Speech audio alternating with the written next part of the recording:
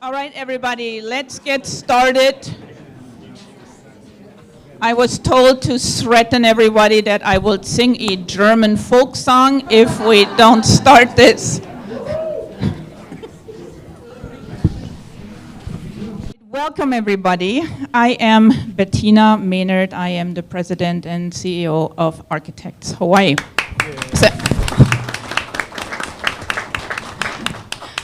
This is an easy crowd. Thank you for being here. This is our newly renovated space, and we are proud to host this very special panel here. It is a place that we designed in keeping in mind who we are and what is important to us. And yes, this event is sold out. Okay, logistical items, the boring portion, let's get it out of the way. Men's bathroom is on the other side of the elevator. Women is through the glass door and then sharp right, or you go this way, another glass door and straight. It doesn't sound like it, but you can't miss it. If you didn't get your parking validation yet, there is a sign on the reception desk. Scan that code and you'll be set. Lastly, this event is recorded live and will be posted on social media and on our AHL website. Okay, let's begin. Art, architecture, and design are inseparably linked. These disciplines combine creativity, theories, principles, and methods to create a safer, more beautiful, and functional world. So in 2017, AHL launched a panel, a series of panels actually, titled Art, Architecture, and Design. And the goal was to encourage community dialogue on the interconnectedness, I think sounds better, of those fields. How do they work together? How do they create innovative responses to challenges that we face in our community? And what we thought might be something we do for a year or two has not lost any of its value, and we are now in year 9. We hope that this panel series continues to be a catalyst for inspiration, connection, and further innovation. Today, we are talking about Hawaii's way of life and how it can be a compass for the world. We have assembled a diverse panel of rock stars to provide their perspectives. Susan Yamada served for 9 years as the executive director of the Pacific Asian Center for Entrepreneurship, PACE, at the University of Hawaii. She's a founding member of the Hawaii Angels, a network of high net worth individuals who invest in Hawaii startups. She's also an active mentor to many. Susan currently serves on the boards of KCAA Preschools, PACE, and Pacific Guardian Life. She spent many years in Silicon Valley running a tech-focused magazine. It's wonderful to have you here, Susan.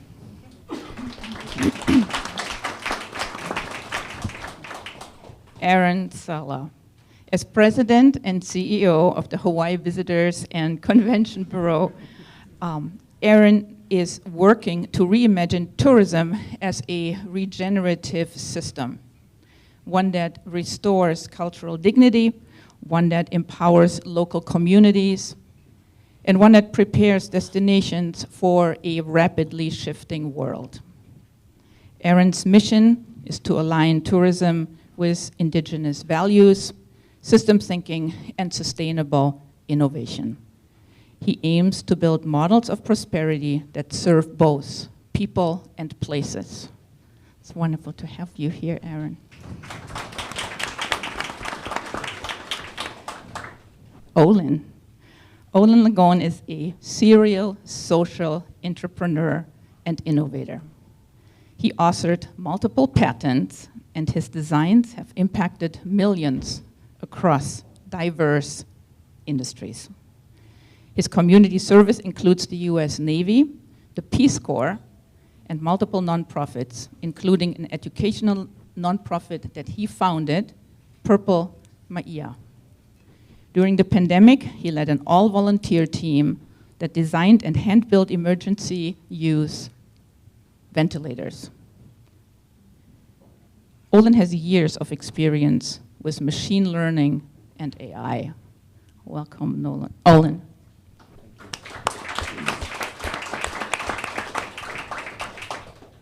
And those of us that work in downtown are very familiar with Tyler dos Santos-Tam. He's a member of the Honolulu City Council representing this very district. He's a tireless advocate of this district, and he has served as the chair of the council's Transportation Committee, the Budget Committee, and the Government Efficiency and Customer Service Committee. He also serves as the Honorary Consul of Portugal in Hawaii. In this role, he works to promote trade, tourism, and the historical and cultural relationships between Portugal and Hawaii. Welcome.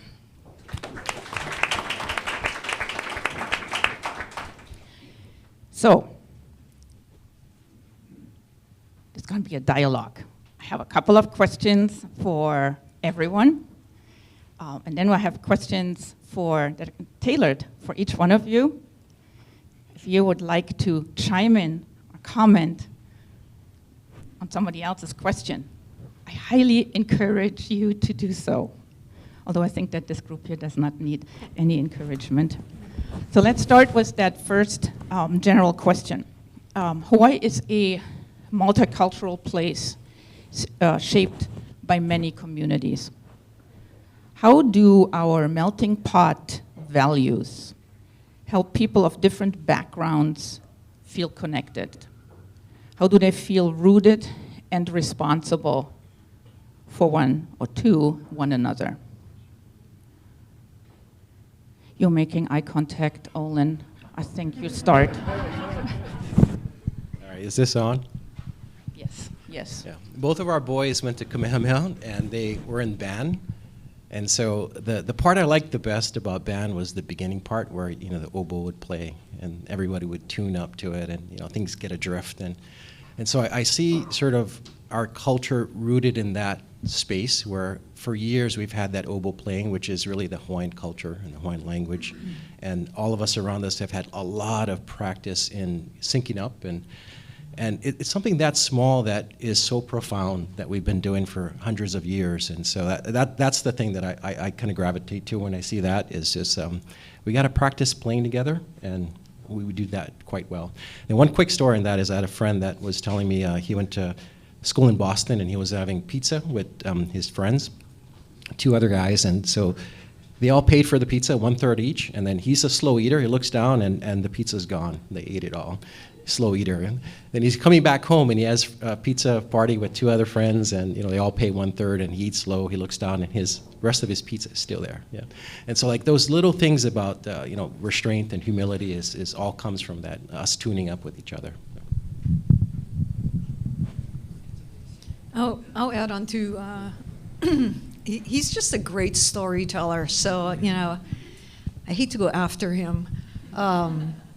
So my family's been here for 4 generations. This is normal. I don't know any other way. This is it. You look around the room, there are all these different people, different ethnicities. You know when you know that we're different is when you leave.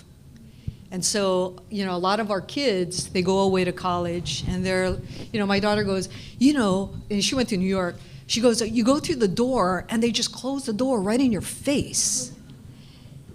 And that's when you realize what we have. And sometimes I think we take it for granted too much. You know, are we perfect? We're not perfect, but so many places in the world don't look like this. And so I think we're just incredibly fortunate to be able to live here.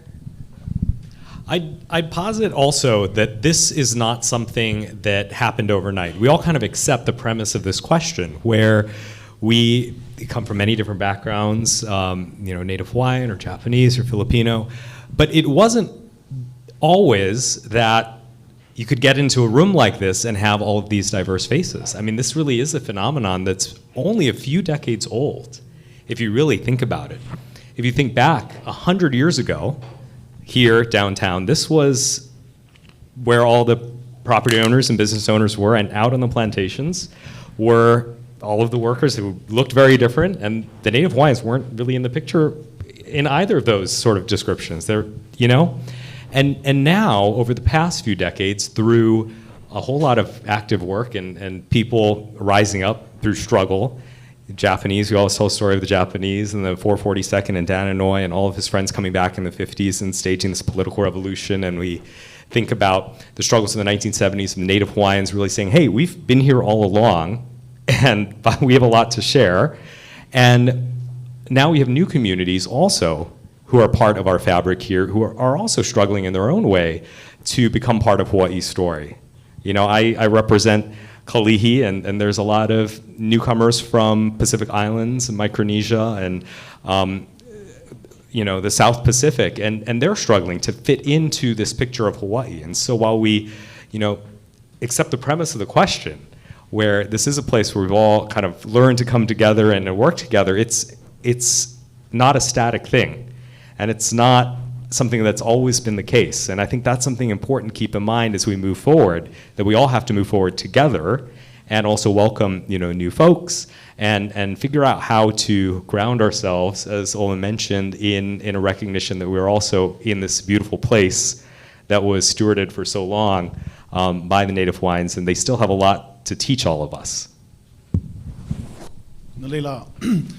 Halau wai anai molalei tala alapano ke kula oku mano tuni hita no mau na lahi o maha kui ka wai olua le ana nu wanui ki kamakahala I pauku I makahihi I hohi no iau na no hoi oi o ko kule na pa ni he ke hao le helulu li mai te aloha aloha. I do a short version really quickly because there were too much smart things to be said, too many smart things to be said tonight. I think that I'm genealogically driven, and by that I mean, as an academic, I'm the kid in the room who says, "Mommy, why is it done like this? But why is it done like that? But why is it done like that?" And so I start to seek back to when you cannot ask why anymore. And this question is so fascinating. I think Susan is absolutely spot on when she says, this room doesn't exist anywhere else in the world, and you don't know that it doesn't exist until you leave. And you take a look around and you realize that this room doesn't exist anywhere else in the world. And this is the magic of Hawaii. And so in 1810, Kamehameha unites all of the islands into one kingdom. It wasn't great, and he was politically aligned, and so he had these uncles who put him, said, "Kid, you're the one, you go do this work." And so 1819, he passes away, and he says, don't give in to all this external pressure. Well, his son already had like eyes on this vision beyond Hawaii, that Hawaii already then, in 1819, 1820, 1821, 1822, was going to be this nation among nations of the world, and started to open up what Hawaii ultimately becomes. So skip a few generations, and what happens is the first group of immigrants that were brought to Hawaii, single Chinese men, because single Chinese men, they do good work and they don't get into mischief. Let me just let that sit for 3 more seconds. So single Chinese men, they come, they're gonna do work. Well, single Chinese men, they brought opium, they brought gambling. And so many of us now are descendants of single Chinese men and Hawaiian women. Then, in order to temper single Chinese men, they go right to the salt of the earth Portuguese. And the Portuguese bring their whole families. Now we're bringing grandmothers and parents and children to come temper single Chinese men.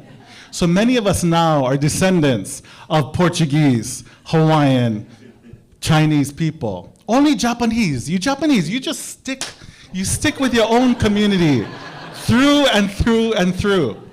And so the power of that, though, is what we didn't do was you stay in Little Italy, you go back to Koreatown, you go back to Japantown. We just said, right smack dab in the middle of Kalihi, we're having everybody. And so taking off your shoes when you come to a house is not a Hawaiian thing, that's a Japanese thing, but we all do it. Potlucking is not a Hawaiian thing, a Chinese thing. Talking story is not a Hawaiian thing, Portuguese thing. But we have found this opportunity to take advantage of the storytelling of all of these generations of different kinds of people, and we sort of wrap it all together and say, this is Hawaiian culture. It's really not. It is absolutely Hawaii culture, empowered by Hawaiian ali'i at one point in time, who said, this kingdom will be a nation among nations of the world. And so I find that the premise of the question, to Councilman's point, is fascinating, because the premise of the question says that we stem from a particular way of thinking about the world. The challenge with that is the particular way of thinking about the world is a conglomeration, is an amalgamation, is a culmination of so many generations of people giving of themselves and saying, listen, we live here together in the most isolated geography in all the world, and I have to look across the table, literally and figuratively, and say, I'm going to negotiate peace with you every single day. And we don't acknowledge that. We get into the traffic, we're driving from Waianae to Honolulu on a daily basis, and I don't say, I'm going to have peace with you. But it is informing the way that we do, and the way that we live, and the way that we see the world. And that is the power that Hawaii is to the world.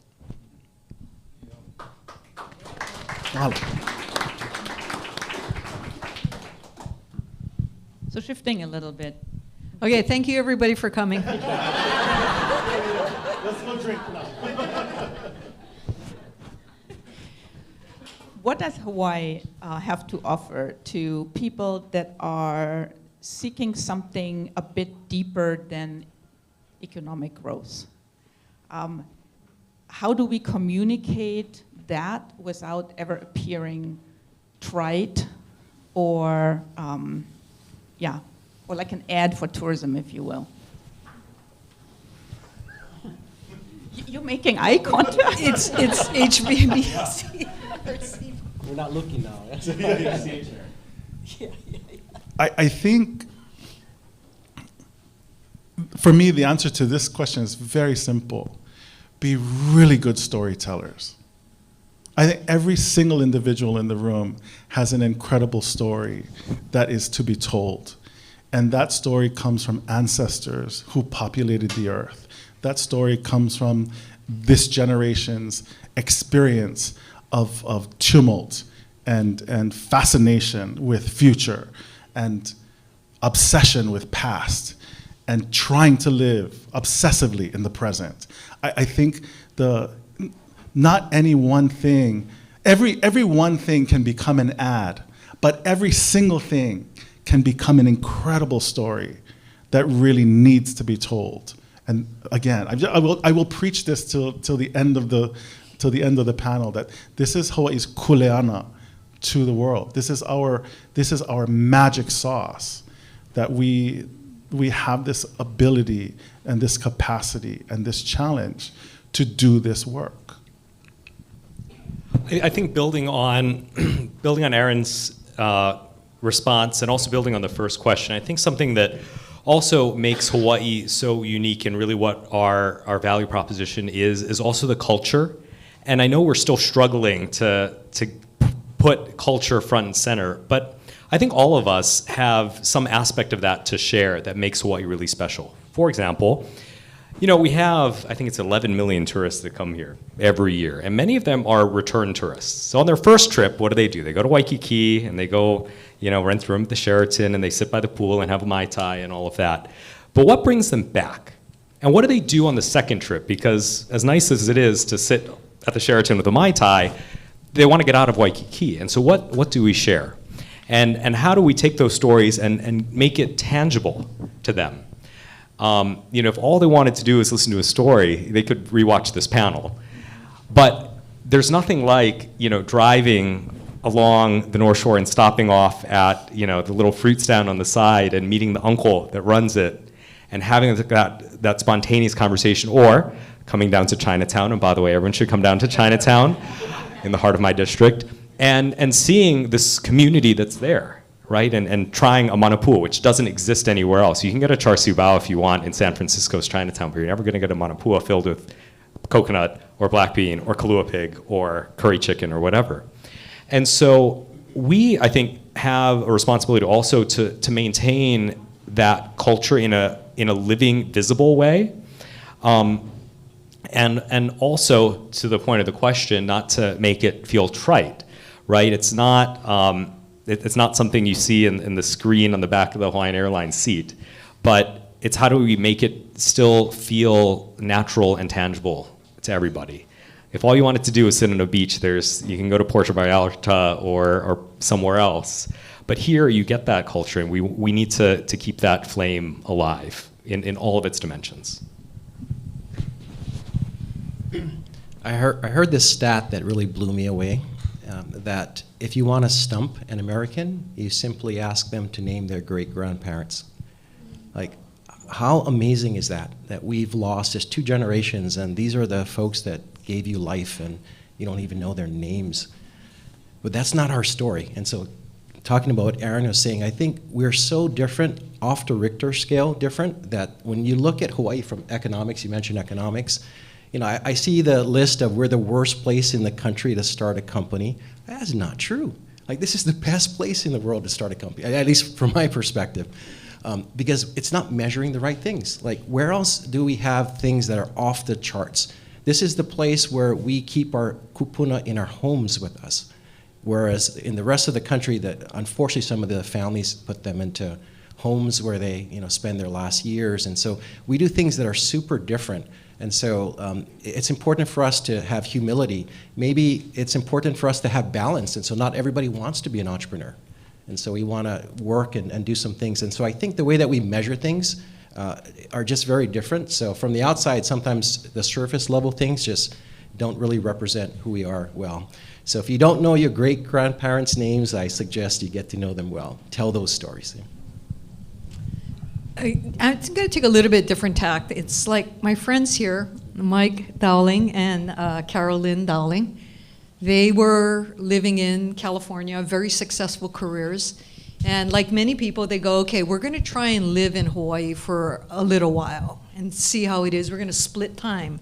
And the next thing you know, it's like, oh no, we're moved here. We sold our house and we moved here. So I want to ask you, why'd you move here?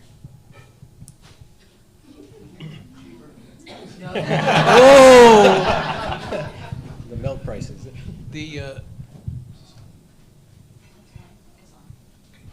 The sense of community and the people are first and foremost why, more than anything else. And every day we see that, and we're amazed by it, and we feel very inspired to learn things. We're not working anymore, but we're here because we want to learn more about what's going on. So my family immigrated from mainland China to escape communism.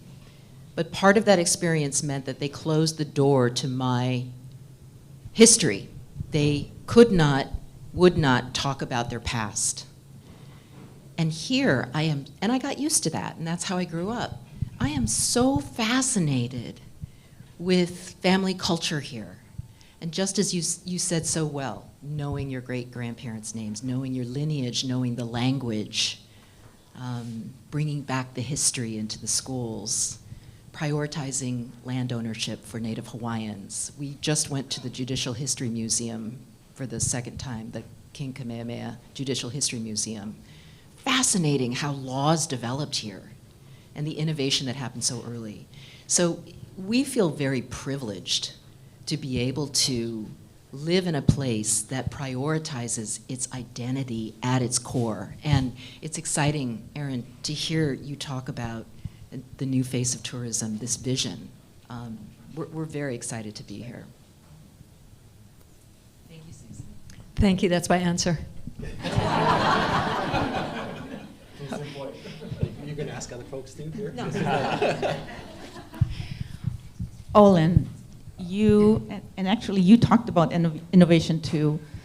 You mentioned that so much has been invented here in Hawaii. And I know that you wrote a book about those inventions. Would you talk a bit about this? Because I find it so fascinating. I'm sorry, I'm off script. That was the deal. You had to pitch my book for me. Yeah. So I first met her 25 plus years ago. So when I was a student, we had built this Freedom Monument. We asked for a 3-ton section of the Berlin Wall. Didn't think we would get it. We got it. Like, oh, how do we get it? Bring it here. And so we needed a volunteer architect because we had no money. We were students. And so that you were the volunteer architect for that. So long history of kindness. So the book that I've just finished writing over the last couple of years, it's called The Innovation Archipelago. And it's my theory that this is one of Earth's most misunderstood innovation hubs, that billions of people every single day are using things that were invented here, and you just don't even know about it. And so I actually brought the outline, so I'm happy to just go crazy. We'll publish it later.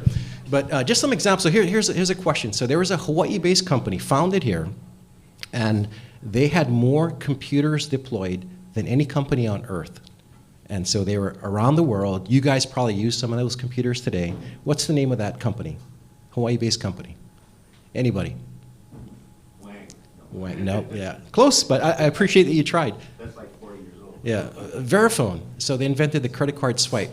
And so UH invented the concept of the Wi-Fi, packetized network that became Ethernet. Like all these things are started here. But so the book is not just about technology, but like what Aaron was saying, I am just blown away by our ali'i. So King Kamehameha III, like where else did you see in all of human history where the leaders of any country have given every single dime that they have for the next generation? You see that with Lunalilo Trust, Pauahi, and that has never happened before. And so here, it's not only back in the 1800s, but even as a state, we've led the country first to mandate 100% clean energy.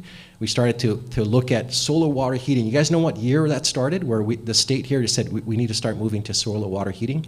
1909. And so the book is going to blow people's minds, I think, in terms of like what has started here. And that story has to be told because that's the legacy for our kids. And so 2 things on that. One is it's really rooted because of diversity. We've leaned in longer than most people have. And that's something that the world is catching up to and learning, and it's a really important lesson. But the book is also, there's a flip side to that. It has come at great cost, and the great cost is to the Hawaiian people.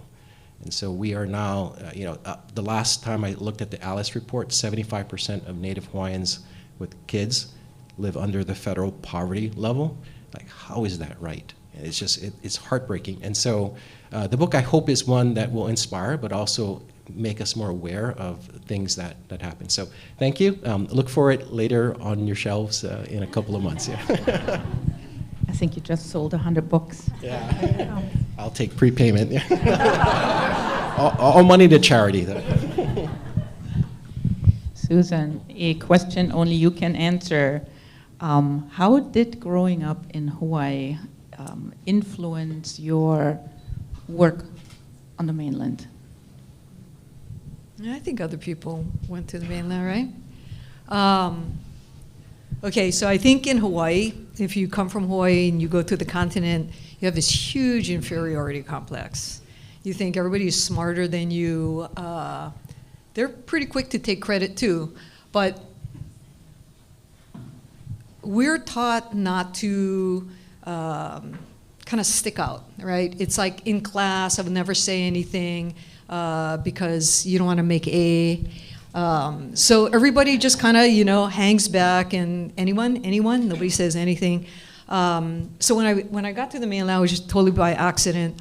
I was intimidated, and how do I make this story really short? Okay, so I went to go get my MBA from San Jose State. Stanford turned me down. I just want you to know. I don't know why. I know some people who went there and whatever.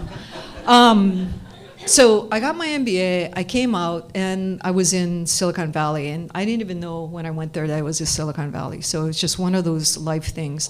So I'm there, and I go and work as an analyst at this technology company, and there are a lot of Stanford graduates also working there. And I'm like, okay, my billable hour, remember, it's a long time ago, it was like 75, theirs was an hour, theirs was like 150, and I was going, wow, you guys must be super smart. Okay, and I don't mean to be boastful, but they weren't smarter than me. But that's what you have to learn, and that's how you have to build confidence in yourself to go, no, I should be at $150 or $200 an hour, because they don't know more than me. And I think local kids, when we go to the mainland, and as much as I hate that so many kids go to the mainland, they don't come back after school, I think it gives them the opportunity to measure themselves against those on the continent or internationally or wherever it is they decide to go. I think that's a really great opportunity for them, because I think inherently we're brought up in an Asian culture where you want to be humble and you don't want to take credit, but you know, it's not always the path to success.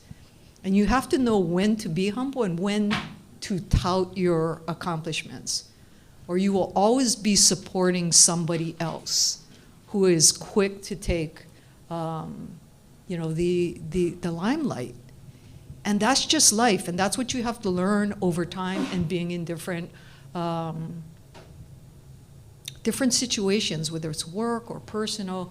And so I really encourage, and I love traveling, and I really encourage everybody to travel. Cheryl Ansi can give you a really good itinerary anywhere in the world you want to go. But it really broadens your horizons, and it really makes you happy to come home, frankly. So to that, I learned a lot of skills, a lot more confident. Public speaking, obviously I feel a hell of a lot more confident than when I left. You may not have noticed, but that's true. So I would definitely encourage you to travel. I encourage your kids to go away and see the world. And I think a lot of confidence can be had through those experiences. Anybody else wants to share their experiences? No eye contact. Okay. Then let's go, Tyler. In a city like our Honolulu, as diverse as it is, what does value-based governance look like? How do you ensure that policies reflect both the uniqueness of our place and the pluralism of its people? I think that's a really insightful question. We spent a lot of time talking about what you might call maybe the racial history of Hawaii, right? All the different groups that came here, plus the Native Hawaiians who were already here, and the folks who continue to arrive to this day. And I think that, and we're all very proud, and we've heard, you know, suffused through all of our comments how proud we are of this beautiful melting pot that we have. I think that one thing we don't talk about enough here in Hawaii, we're very proud of this racial diversity that we have, but we don't talk enough about the economic and sort of class piece. And I think by patting ourselves in the back a lot on how well integrated we are racially, we miss out on some of the economic striation that's gotten worse and worse and worse over the past few decades here. Going to Susan's comments about, you know, young people going to the mainland, why are they going to the mainland? We all know. We all know why. It's not because the schools are better on the mainland or there's, you know, more opportunity or people just want to travel. It's because people are being forced out by the cost of living here.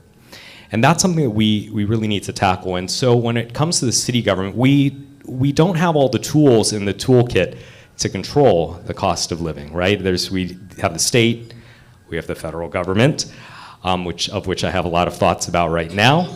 But the tools that we do have, we have to use them in a way that is mindful of the fact that there's lots of people struggling. I'm the only city council member that's ever given up their parking at City Hall. I take the bus most places. I have a car, but I take the bus most places. I took the bus like 3 times today. And I see on there, and I get a chance to talk with a lot of people who probably I would never otherwise get a chance to talk to. Somebody that's living in a city-subsidized housing unit in Chinatown and takes a bus at 8 p.m. down to the industrial area by the airport to get to work at 8 p.m. and gets off at 2 a.m. when there's only one bus line on Nimitz Highway. And those are the folks that I think about. And so when we develop these policies, we have to keep all that in mind. We spend a lot of time talking about property tax, but for our renters, that is sort of a factor into their rent and the whole situation there. We're about to raise bus fares by $10 a month for people that use the bus, on a monthly pass. It's $120 a year for a family. That's $300-something. So that's, I think, something we have to keep in mind when we talk about, diversity. It's not just the racial diversity piece, which we all sort of understand innately, but that's the thing that I think we have to keep in mind.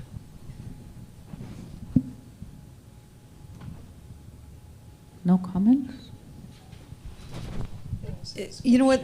It's one thing I want to add is that at the University of Hawaii, the regents over the years have tried their very best to keep tuitions as low as possible, recognizing the fact that we are one of the only games in town, and we are the only public game in town.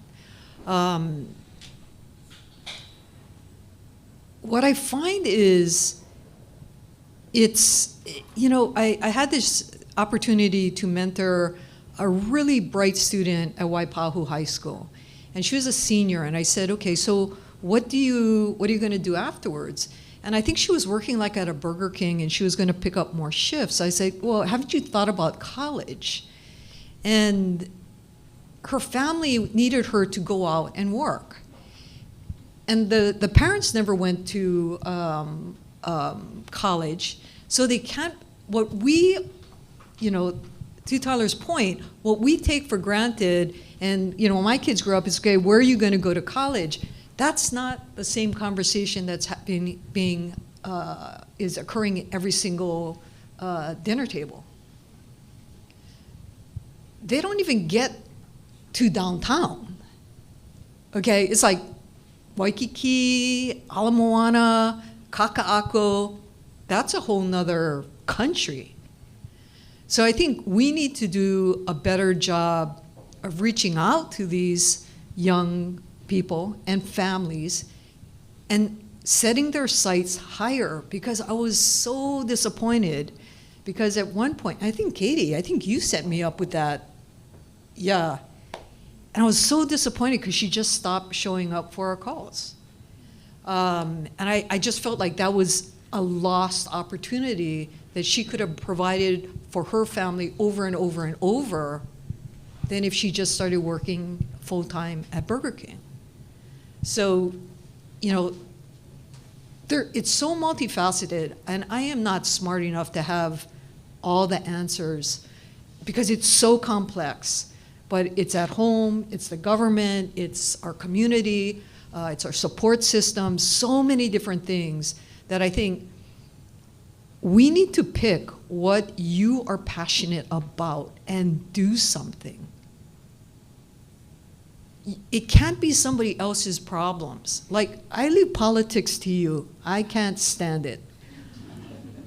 Education, entrepreneurship, that's my sweet spot, that's my passion, that's what brings me joy, and that's where I spend my time. Everybody pick something and do something, and that's how we strengthen. You can't sit back and go, that's somebody else's problem. It's all of our collective problems. So let's do it. If everybody did something, and we want to help. Hawaii has one of the highest per capita or whatever number of people who donate to nonprofit causes in the United States because we are one family. The police officer on Maui who was shot, I sent a check because she was for us, right? She's helping us. We all have to do our part. And whatever you're doing right now, do more. That's all I can say at this point. We all have to take responsibility. Can I add one thing to what Go you're for saying, it. Sue? So I think, you struck a chord because I grew up in KPT. For those of you that don't know, that's Kuhio Park Terrace. It's the largest public housing, and I'm not going to sugarcoat it. Like, I was stabbed in the head when I was 7, for example. I didn't do anything but just draw chalk, and got bullied, beat up. So it was a pretty rough time in public housing. And later on in life, as I got older, I would talk to folks, and then they would just be blown away that I'm from KPT, and that would make me sad. It made me sad because I think part of our kuleana, everybody in this room, is that when you get to that point when you're surprised that I was from KPT, that means that you have this bias that you don't think the kids there now have any hope of succeeding, and that is so very wrong. And so, like, Josh, a lot of the work that you do with education, I have a lot of respect for. And so I think if we can mentor in that way, where we just take that layer away and every kid has the exact, and that's why we called our organization Purple Maya. Purple is the rarest color in nature. So it's our kuleana to find the purpleness in their kids, and even though it's hard.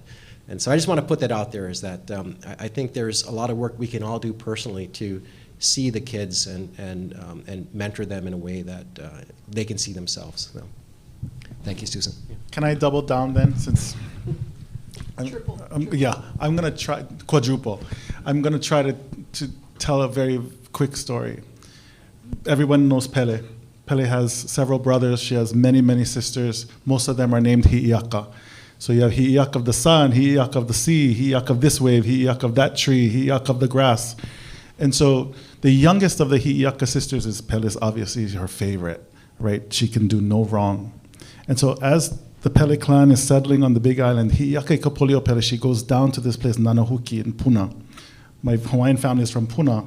And so if you know the wind in Puna, it's like you're standing in the middle of a hurricane all the time.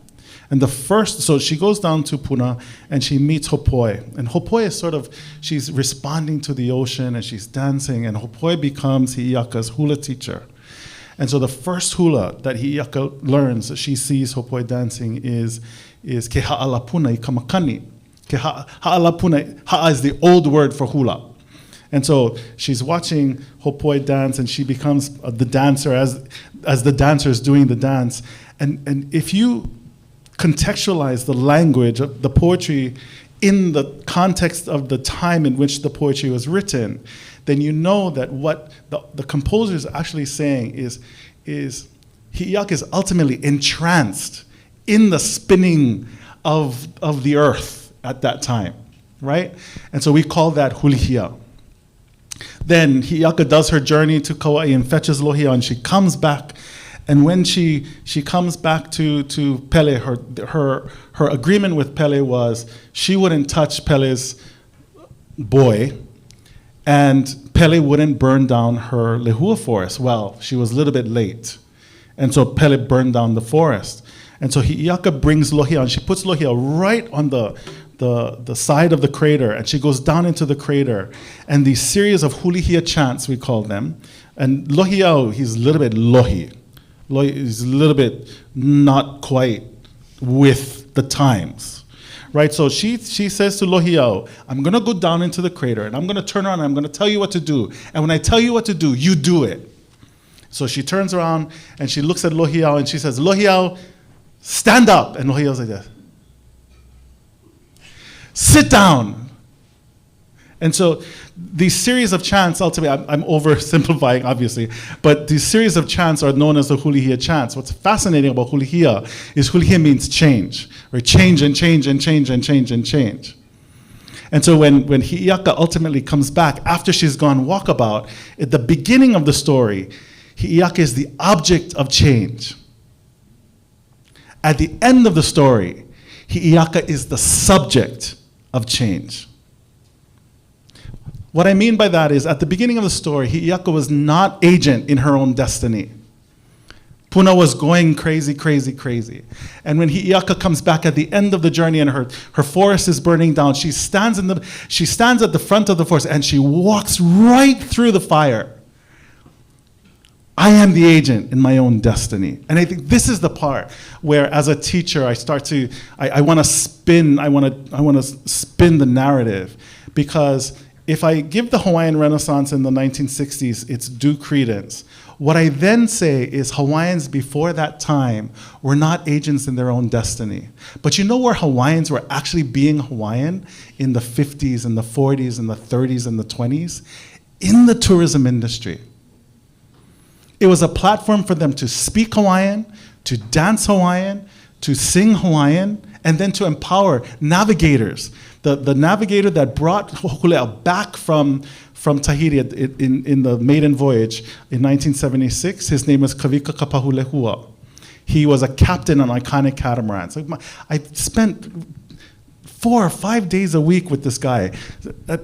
Who knew that he was a Manaleo, a native speaker of Hawaiian from Ni'ihau? He said very few words, but my mom worked for iconic catamarans. I just sat by him and turn the wheel here. The catamaran goes this way. And this guy is a master navigator. Paid his bills in the industry. Agent in his own destiny. And so in 1968, if I say that 1968 is the Hawaiian Renaissance, and I say that's a time of hulihia. So all now, we're still talking Hawaiians, local kids, us talking about hulihia. This is a time of change. So if that starts in 1968, Malcolm X, Martin Luther King, that whole American college campus civil rights movement. So if I count generations, 70, 80, 80, 90, 91, 2000, 2000, 2010, 2010, 2020, we're in the 6th generation since 1968. And we're still talking about change. And we have to change, and we have to change, and we have to change. And if the image of that change is Hi'iaka standing at Puna with the hurricane of wind going around her, she is an object in the change. She has no agency over her own destiny. So what we're doing is raising 3 generations, 4 generations of children and saying, you must change. And not only change yourself, you have to change the world. And the fact of the matter is, if I'm constantly changing, I have no direction. And for me, I feel like the leadership right now, we have to stand in a place and point in that direction, and everybody go. And we will not get everything right, but we're going in that direction. Because if I change, my image is Hi'iaka learning her first hula. We're standing in an entranced Turkish dancer spinning, constantly spinning. We're not going anywhere. And so the spin that and then I use the word. The spin that I want to put on the narrative is, if I say to a child, you are an agent in your own destiny, that child has decisions to make that afford the child to make the world a place that child wants to contribute to. So when I listen to Olin's story, it's fascinating to me because on one hand, you have the golf clap that he's transcended his circumstances, and at the same time, his circumstances contributed to the person he is today, contributing to the change of the world. He couldn't be this person. I apologize for speaking about you in the third person like you're not here. But he couldn't be this person if he didn't have that experience. That experience is what helps him to, and all the trials and tribulations of that life, God, that is magic. And that is life. Like, that is the power of, see, again, I'm going to preach. It is the power of humanity. That is the power of Hawaii. And so if I can say to a child, you have agency over your own destiny, that is, I would argue to say, that is the most important lesson a child can learn. Kamalu and Mahi better be listening back there. Mahalo. You know, I've been trying to see him. Oh, I see him. Aaron, I stay with you. Okay. You have a role through which you represent Hawaii to the world. How do you honor Hawaii culture while still including the diverse communities that we have here? For me, I'm on the Olin wagon here. I'm on this train that we are the progenitors of fabulosity time and time and time and time again. The empowerment of that is absolutely Native Hawaiian. The realization of that is everyone that has ever contributed to the betterment of Hawaii, and as a result of that, the betterment of the world. And so that is a simple, genealogically speaking, the reason why we are this diverse culture is because our li'i said, this will be so. Right or wrong, that was leadership in a direction, and we followed. And so that for me is Native Hawaiian through and through. It is from the beginning of time till the end of time. And the people that find themselves called to this place have then a responsibility to contribute to the genealogy of that fabulosity. And so then my role as in the current role that I play, my why hasn't changed. I would be preaching this if I was flipping burgers. My kids wouldn't go to the school they went to, but it would be fine. Like, this is my why, that Hawaii has this responsibility to change the world because this room doesn't exist anywhere else in the world. My job then is to use tourism as a platform to tell this story. And that this story is progenited from a Native Hawaiian who made a decision at a particular time and followed by other Native Hawaiians, and that decision led to the fabulosity of the diversity of our people.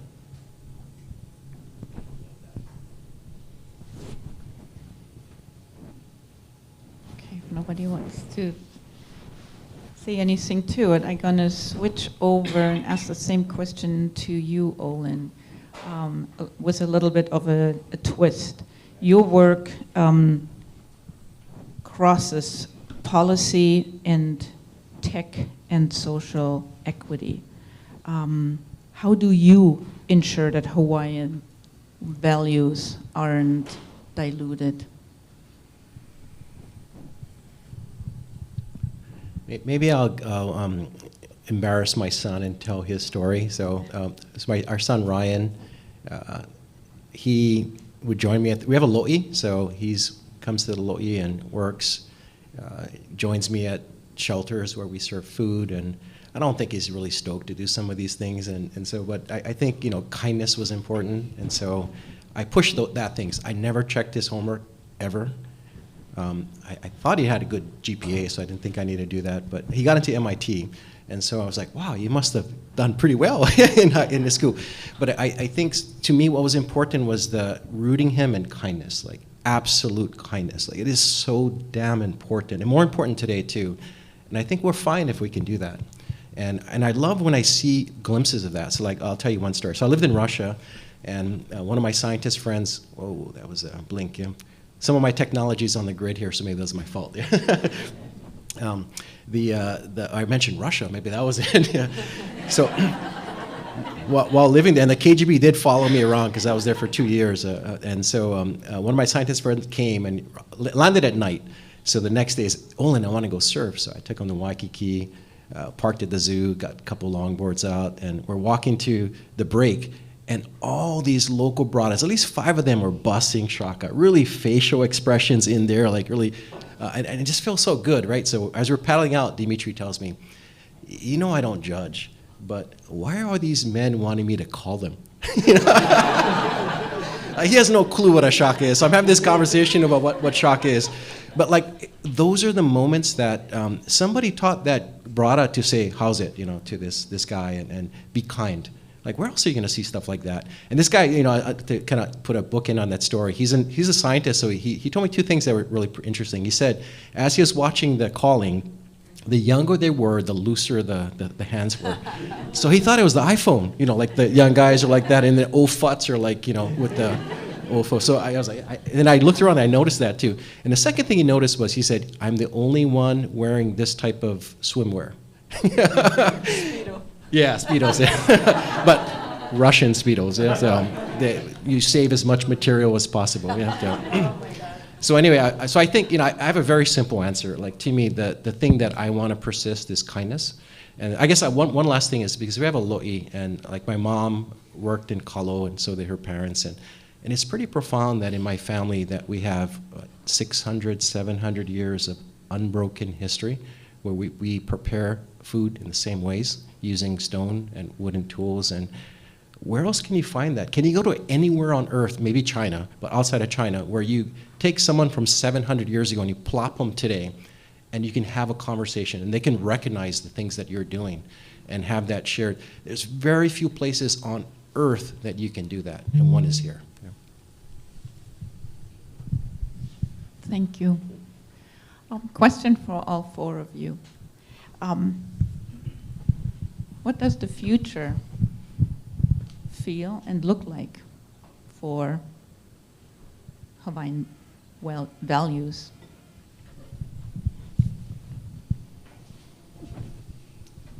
I'll take the first stab.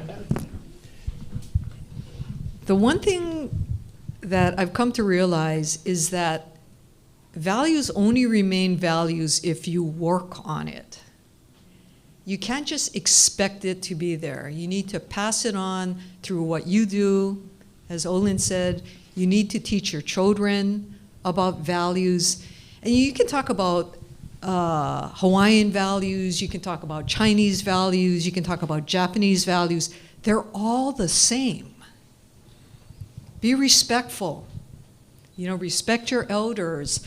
Be kind, right? Help your neighbors. Again, I think, and I fall under the same spell. I feel helpless a lot of times. And there is a lot you can do. I try and focus on what I can do and not on everything that's just spinning that I feel I can't control. And that's the only way sometimes I can get through some stuff that I read upon, I hear on the news about killing of little kids, and how is that even part of our society? What went wrong, right? So I always, if there's anything you walk away from today, it's you have power. You have the power to continue everything that you have grown up with, to pass it on to the next generation, to make it even better. I'll give you one small example because it's a pet peeve of mine. You know how before, like, you used to let people merge, and what would they do? Okay? I love it when people put their window down, stick their hand out, and give you the shock eyes like, that's cool, go ahead, no problem. And in fact, I would get annoyed when people did not. And I let them in, and I'm looking in there, and I'm seeing if they're going to raise their hand, okay? That was pervasive when I was growing up. It's almost like opening the door for somebody, letting them go through, and them not acknowledging you. It's the same thing. You're showing grace to somebody, and they're totally not acknowledging it. Everyone, you go home, wave or give the shaka when people let you merge. Just little things like that, and it makes you feel so good, like, oh, I'm such a good person, I let them merge, and they appreciate it.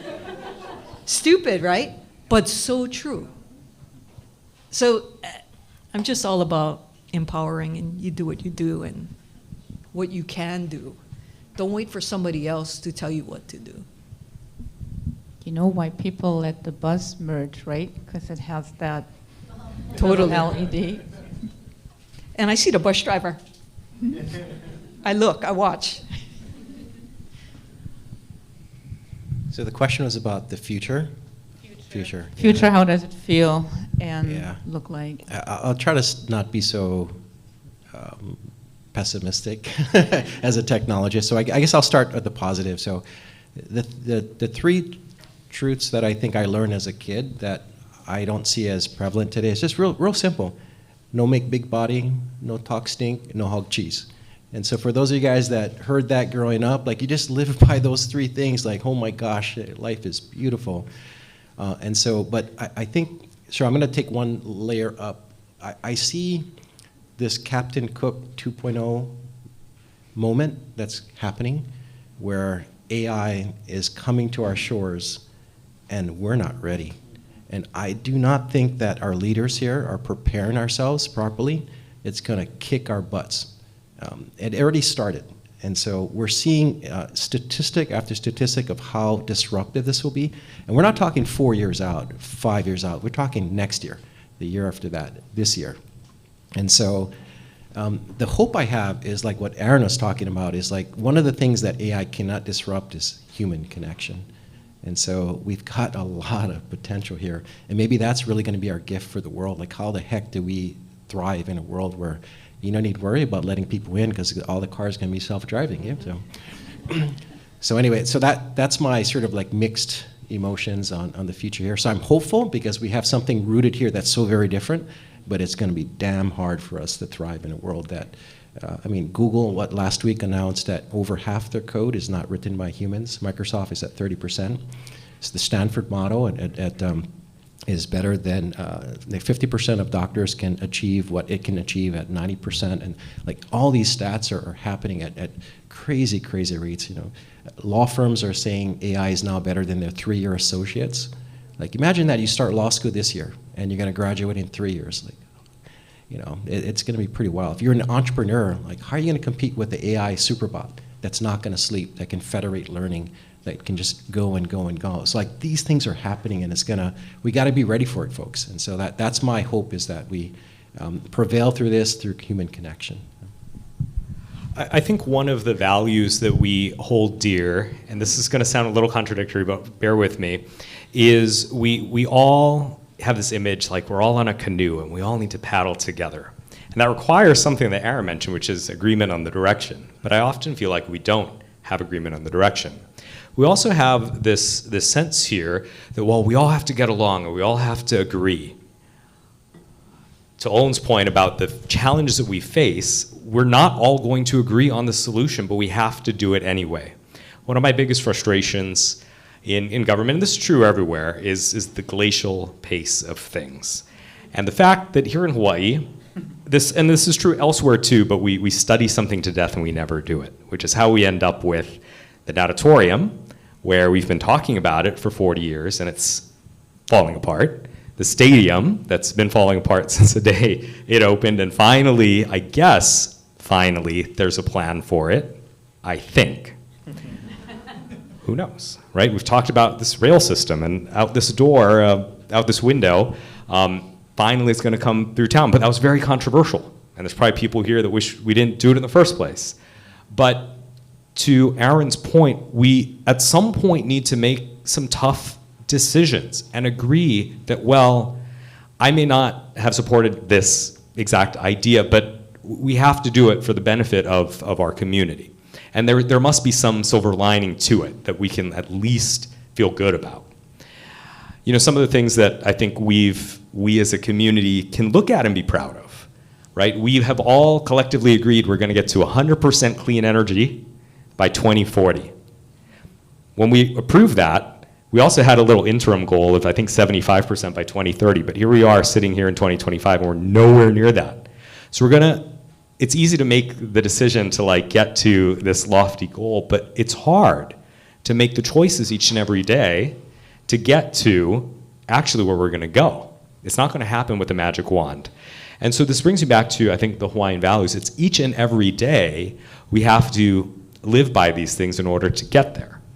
And so we do have to be kind every day, and we do have to, work together each and every day. But that also means that we are going to disagree, but that's okay, as long as we all know that where we want to get to is going to be better, and it's not that, people are trying to screw us over. It's that there's a future that we need to get to together, and we have to make hard decisions to get there. And speaking as I guess the politician and government person on the panel, we're often afraid to make tough decisions. And every time that we kick those cans down the road, it makes it harder and harder in the future. So we need to start now. We really do. I'm story-driven, as you know. So let me start by saying from my perspective, we live in the future. And so Hawaiians articulate the past, literally kawamua, literally in front of you, the time in front of you. And the future is noted as kawahope, the time behind you. And so if I drew a timeline, I stand at the present, and I face the past, the future is behind me. So if I encounter something tomorrow that I don't know how to deal, then I just go, well, what did great grandma do when she encountered the same kind of issue? And let that inform how I handle. Now, if I stop there, that's profound. Already a change in the way that one might see, at least the time-space continuum. But Hawaiians traditionally thought generationally. This lo'i doesn't just feed my family. It has to feed my extended family this generation. It has to feed my children's family their generation. My great-great-great-great-grandchildren have to be fed by this lo'i. I'll give you a specific example. Kalani Kupule, at the time of the Battle of Nu'uanu, 1794-5, Kalani Kupule was ali'i of Middle Earth, Oahu Maui Moloka'i Lanai. And his first order of business, when Kamehameha came to Waikiki, his first order of business was to create safe passage for women and children to the windward side of Oahu. And so Kalani Kupule's forces were creating safe passage for women and children. And by the time he was able to turn around and properly face Kamehameha, Kamehameha was already at Maimae, Nu'uanu, and just continued to push him back up. So you have that beautiful Herb Kane mural that sort of visualizes what that battle ultimately looked like. Well, Kalani Kupule, in his own mind, had visions of grandeur in terms of his own family. He knew it wasn't going to happen in his lifetime, but he surmised that 4 generations from his time on the earth, his family, a descendant of his, would be responsible for unifying all of the islands into one nation. He has to live 4 generations in the future in order for him to understand that in the present. So I would argue then, I would hypothesize then, that Hawaiians ultimately live in the future, looking at the present. And so this is right up Olin's, all the tech train and all this, the power of technological innovation and all of that. Now, let me put that here. We call Indo-PACOM in the geopolitical world, we articulate it Hollywood to Bollywood, polar bears to penguins.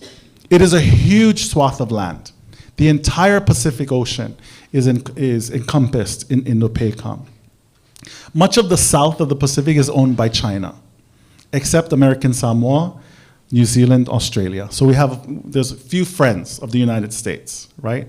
And there's a strategic positioning of the United States holding on to American Samoa. The harbor is so deep so you can bring aircraft, what do you call? Carriers right into the harbor, just right up to the mountain and have protection there, right? In the middle, France. Right above France, Kiribati is talking to Russia. Right above Kiribati, hi, it's us. America owns most of the north of the Pacific. Ladies and gentlemen, we are in World War III.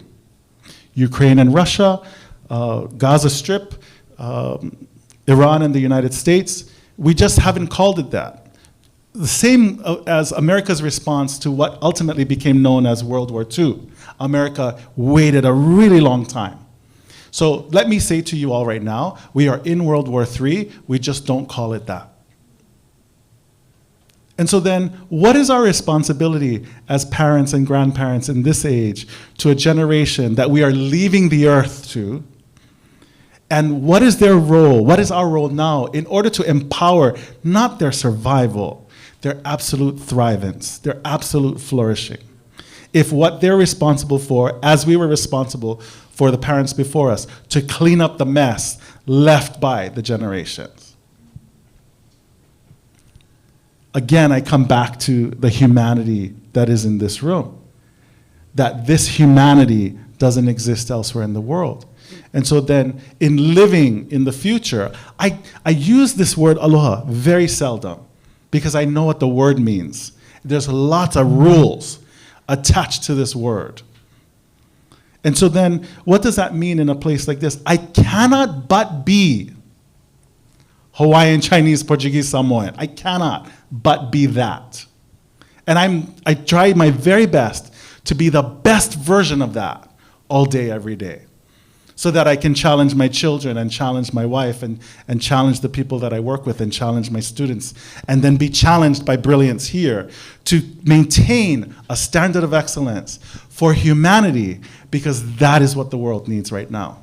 And that is how Hawaii lives in the future, looking at the present, planning for the generations yet to come. That is a value system that is born in this earth. It will die in this earth. It will give nutrients and enrich the lives of generations yet to come, because we abide by the necessity to find humanity in each other. Period. Mahalo.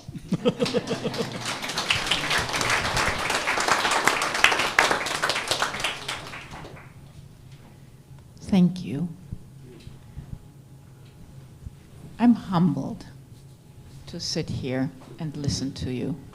And I'm sorry that I had to interrupt this conversation with my silly questions, because this is possibly, no, not possibly, this is the most incredible panel I've ever had the pleasure of moderating. Thank you.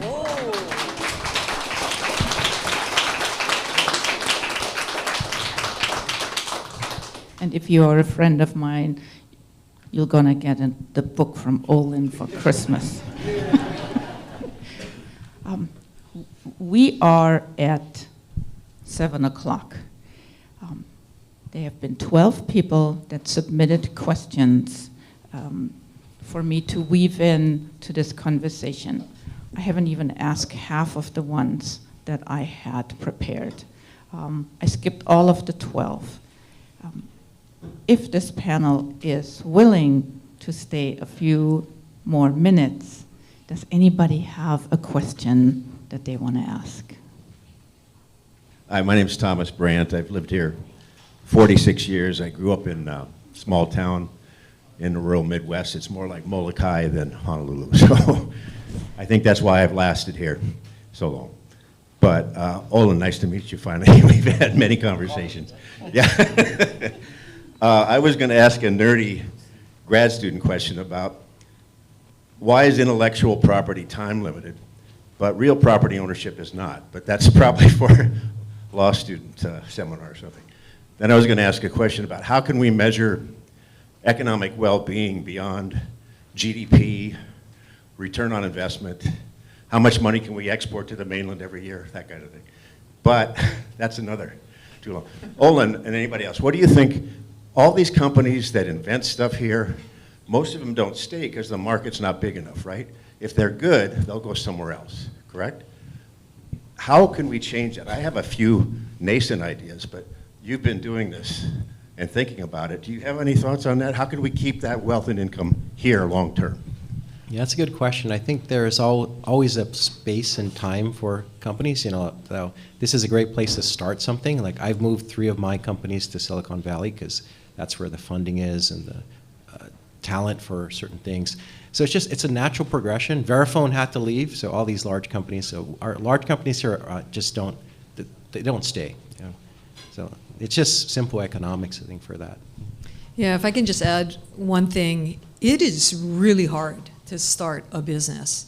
There's certain kinds of businesses that will be okay in Hawaii, but you need access to talent, you need access to materials, you need to be close to your market, and once you decide to pursue markets beyond Hawaii, you got to be close to them. You know, you need sales, you need your team to be accessible, you need to be on the same time zone. So I really don't like when people go, well, you know, Suzanne, how many jobs have you created? It's like, that's not my goal. My goal isn't to go, I created X hundreds of jobs, you know, this year. It's like, how do you get students at UH to think entrepreneurially? So if they go and work for any of these gentlemen, or they go to work for the bank, or they go to work for Bettina, they have an entrepreneurial mindset, and they're always looking for how we can do things better. How can we incorporate technology into what we're doing so we don't fall behind? Because if you stay in place, you're falling behind. And things are just moving faster than ever before, as Olin was saying. And that's reality, folks. You can't just say, I'm not going to pay attention to it, it'll be okay. You won't be in business for very long. So you have to begin to teach our next generation that you need to change, that if you're not changing, you're falling behind. It's not an easy answer, but the world is changing very, very quickly.